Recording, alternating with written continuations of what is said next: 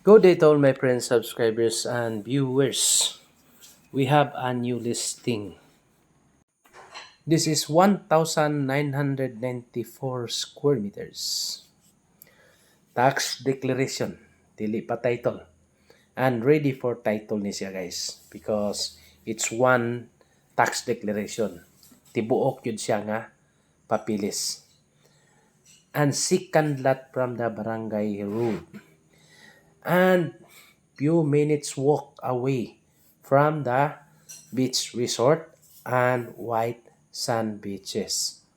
So kini guys, walking distance ra ni gikan sa white sand beaches and very close from or adjacent ra gyud ni siya guys sa ah, beach resort. O, sa unahan ra gamay. Then na-expand man ang beach resort. So mahog ra gyud siya adjacent ni siya guys. And the price is 2,000 pesos per square meter. Negotiable. So mahangyo pa. Slightly lang kuno. Dili po kayo palabian. So pwede ra siya mahangyo. And this one is because this is second lot. So it's around more or less 10 meters. Just metros ra from the barangay concrete road. So the owner is guiding us to their property. So tag-iya gini atong kuyo guys. So mana siya. Then according to the owner, there was also a cave. Naapoy cave diha, langob in our dialect. It's a cave. Then there was a water inside of the cave. So mana it's part of the property. So very nice if you can buy this property and develop into residential and a tourist destination because of the cave inside. No? Amo gili-ili guys. We try to see the cave but there are so many sagbot. So na siya guys, akong gili-ili gyud dito babay babapoy muli-li na to. So mo na di kay maklaro pero ug malimpyohan ni guys makita gid nimo nagi ni langob diha dapita. And during time kuno pwede nila makalusag tubig, meaning there is a water inside the cave. So pwede ni gamon pareha nang gihimo sa ilang pong tourist diha nga gitawag og Kabagnaw Beach, Kabagnaw Cave mana gihimong tourist destination. So mana siya guys.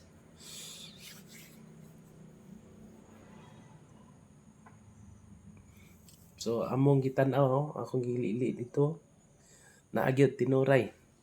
Wa puta kay bawg na gilok-lok diha ba. Kanang basig na gold bar bitaw. Oh, wala ang una ni Pablo Chan. Mao ni sa una ko no.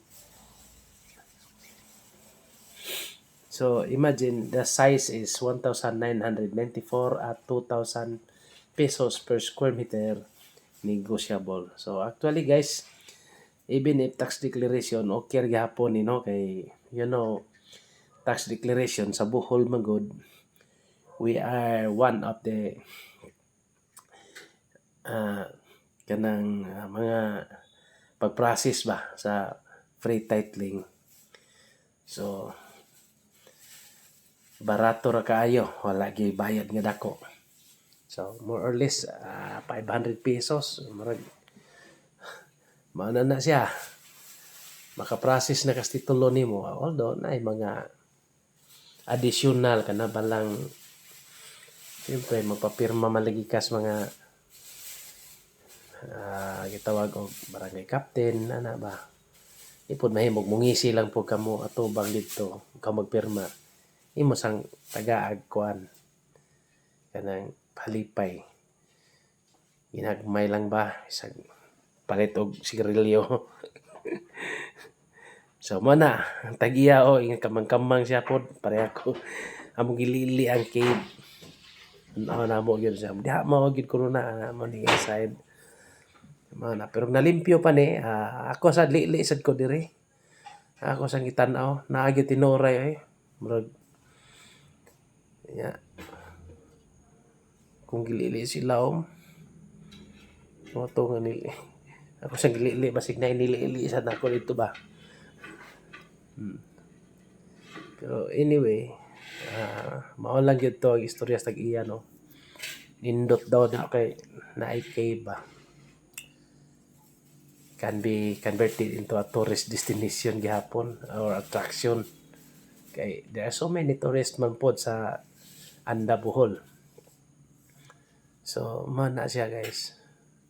Itong property baligya. Honestly, tapad ra ni sa Parkline Beach Resort. Naman sila bagong napalit nga lote.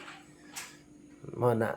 Then, malakaw ra gyud sa White Sand Beach. So, ato ta paingon atong giadto. Ang White Sand Beach, no? So, bili na itong motor diha. Then, or itong sakyanan, pwede na ta maligo or gikan dito kung mapalit na to ang property, maglakaw ra gyud ka mga more or less mga 200 meters po noon sa akong balanse.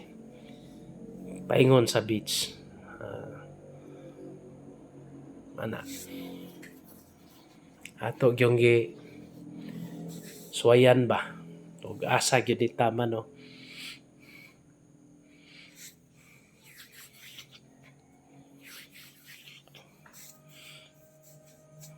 So, mana siya guys. Diri ta agis kilid sa koral sa beach pod nga isa.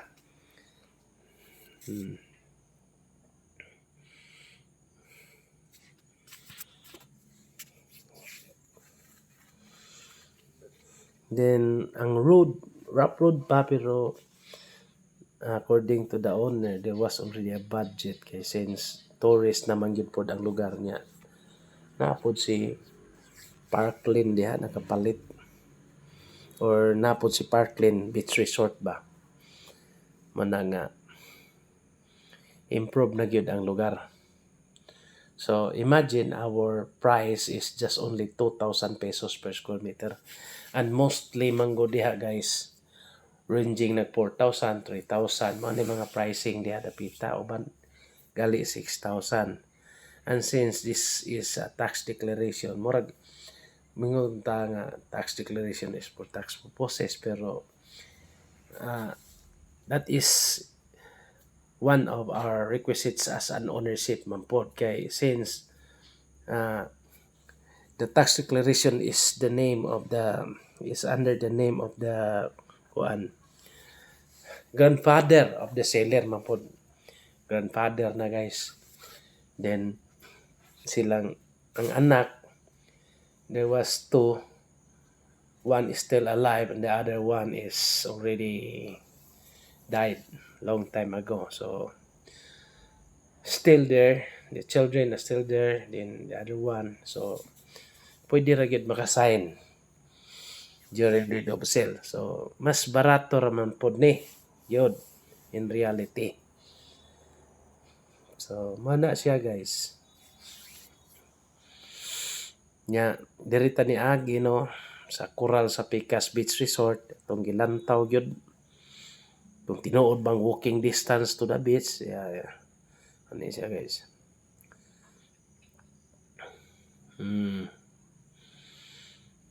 Nya nay murag pultahan no.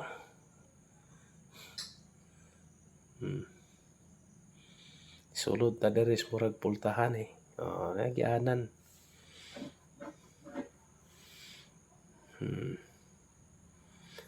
Kani manggod guys dili man gid paabton ang coral nimo sa kilid sa dagat kay it's environmental zone na manggod. So mo na siya. Nga pwede na ta makaligo dinhi nya nindot kay atong dagat. It's a white sand beaches na gyud guys. Super kanindot yun. So mao na siya guys, no. Yan ang ligo. So very nice. For inquiries, just contact me and please subscribe our YouTube channel. We will process land titles, condominium titles, and license to sell. So mao na siya guys, no.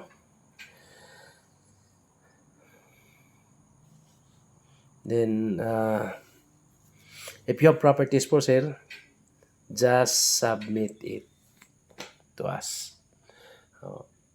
Then ani ang Parkland. So nindot kayo, no. Improve na gid ang lugar sa anda. Daghan na kayo ang mga tourist people, mga foreigners. Thank you and God bless to all. Happy viewing.